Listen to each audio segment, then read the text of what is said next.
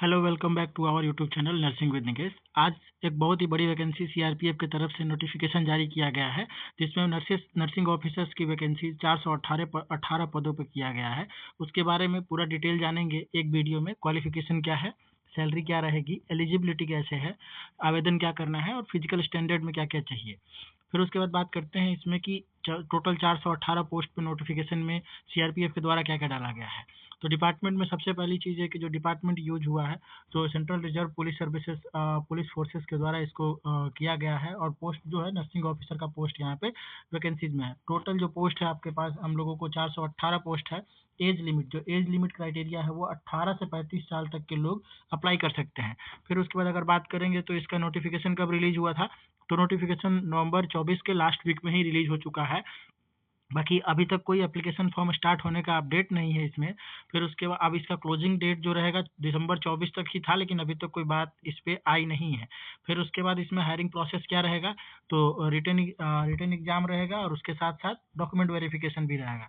Application form होगा सिर्फ और सिर्फ ऑनलाइन मोड में है। और उसके बाद जॉब लोकेशन जो रहेगा पूरे ऑल ओवर इंडिया में आपको जॉब ये लोग प्रोवाइड कराएंगे, डिपेंड अपॉन द वैकेंसीज और रिक्वायरमेंट।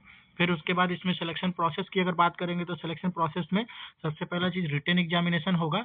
उसके बाद फिजिकली टेस्ट भी होगा और डॉक्यूमेंट वेरिफिकेशन भी होगा। फिर उसके बाद इसका ऑफिशियल वेबसाइट पे बाकी जो आपको डिटेल इन्फॉर्मेशन चाहिए उस पर ऑफिशियल वेबसाइट पे अपलोडेड है। फिर उसके बाद इसमें कि एलिजिबिलिटी क्राइटेरिया क्या होगी, क्या क्या क्राइटेरिया होना चाहिए। तो नर्सिंग ऑफिसर्स के लिए जो पोस्ट 418 वैकेंसीज है उसमें या तो जीएनएम होना चाहिए या तो बीएससी नर्सिंग होना चाहिए। जो भी जो कॉलेज से आप इंडियन या फिर स्टेट नर्सिंग काउंसिल से आप वहाँ पे रजिस्टर्ड कॉलेज से आपके पास बीएससी नर्सिंग का डिग्री होना चाहिए या फिर जीएनएम का होना चाहिए। फिर उसके बाद इसमें फिजिकल स्टैंडर्ड क्या क्या होना चाहिए, तो मेल में जो हाइट होना चाहिए ईडब्ल्यूएस सबके लिए सेम है कि मेल के लिए 170 सेंटीमीटर होना चाहिए, जबकि फीमेल के लिए मिनिमम 157 सेंटीमीटर होना चाहिए। अगर चेस्ट की बात करेंगे, चेस्ट की बात में तो फीमेल में कोई भी एप्लीकेबल नहीं है चेस्ट साइज के लिए, लेकिन जबकि मेल में 80 सेंटीमीटर मिनिमम आपके पास होना ही चाहिए। मिनिमम 80 सेंटीमीटर होना चाहिए। उसके बाद अगर बात करेंगे कि एक्सपेक्टेड सैलरी क्या होगी, तो एक्सपेक्टेड सैलरी की अगर बात करेंगे तो इसमें 40,000 से लेके 50,000 तक पर मंथ आपकी सैलरी यहाँ पे होगी। Depend upon the various post पे या फिर लोकेशन पे डिपेंड करेगा। फिर उसके बाद इम्पोर्टेंट डेट्स क्या है, तो अभी तक इसका जो सिर्फ और सिर्फ एक ही इम्पोर्टेंट डेट्स रिवील हो पाया है, जिसमें कि नोटिफिकेशन हमारा लास्ट वीक में अनाउंस हुआ है। अभी तक एप्लीकेशन का डेट नहीं अनाउंस हुआ है। फिर बाकी सारे इन्फॉर्मेशन भी अभी तक नहीं आया है। ऐसा किया गया था कि दिसंबर में मेरिट लिस्ट अनाउंस कर दिया जाएगा, लेकिन अभी तक कोई ऐसा इन्फॉर्मेशन नहीं है। अब इसमें क्या है कि सबमिट कैसे करेंगे, तो इसके लिए सबसे पहली चीज़ कि central reserve police force official का वेबसाइट को विजिट करना है आपको। फिर उसके बाद रिक्रूटमेंट टैब जो वहाँ पे रहेगा उसको ओपन करना है और उसके बाद लेटेस्ट एडवर्टाइजमेंट को आपको क्लिक करना है। फिर उसके बाद कैंडिडेट जो एप्लीकेशन फॉर्म होगा उसमें रिक्वायर करेंगे अपने एज लिमिट के अनुसार से। फिर उसके बाद एप्लीकेशन फ़ीस क्या रहेगा, एप्लीकेशन फ़ीस के बारे में अभी तक कोई भी जानकारी नहीं दी गई है। जैसे ही जानकारी सीआरपीएफ के ऑफिशियल वेबसाइट पे प्रोवाइड किया जाएगा हम लोग आपको बता देंगे। फिर उसके बाद इसमें सबके लिए ना तो अनरिजर्व्ड या फिर एससी/एसटी के लिए अलग से कोई अभी तक बताया नहीं गया है।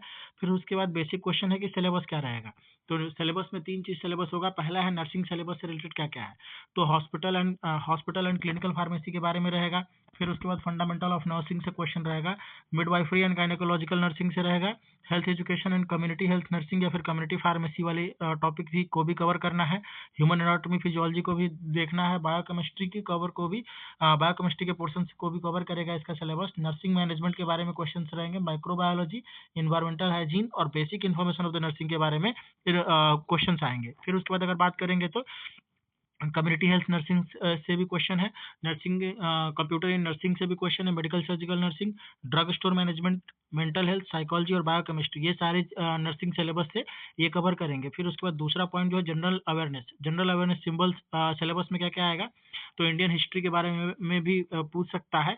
फिर उसके बाद इंडियन टूरिज्म के बारे में पूछ सकता है, Indian artist, current affair, politics, famous day and dates के बारे में पूछ सकता है, जैसे एड्स डे कब मनाते हैं etcetera.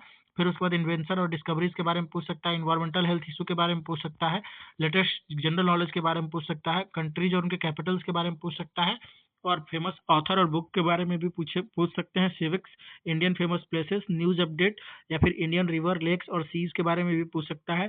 Sports, latest sports update के बारे में जानकारी होना चाहिए।